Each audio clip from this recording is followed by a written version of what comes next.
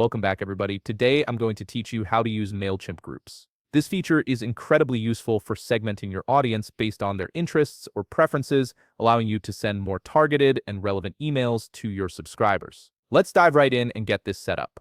First, open your browser and head over to Mailchimp.com.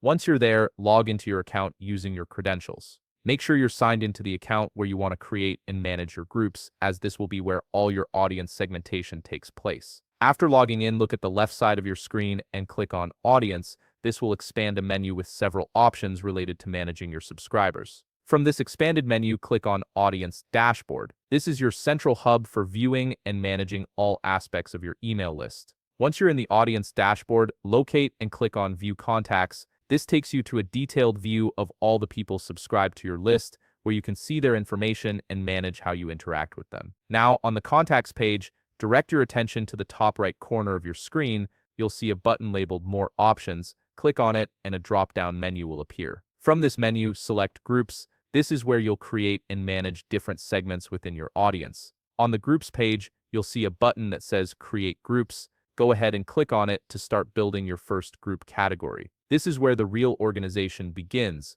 A pop-up window will appear asking you to configure your group settings. First, type a name for your group category in the provided field.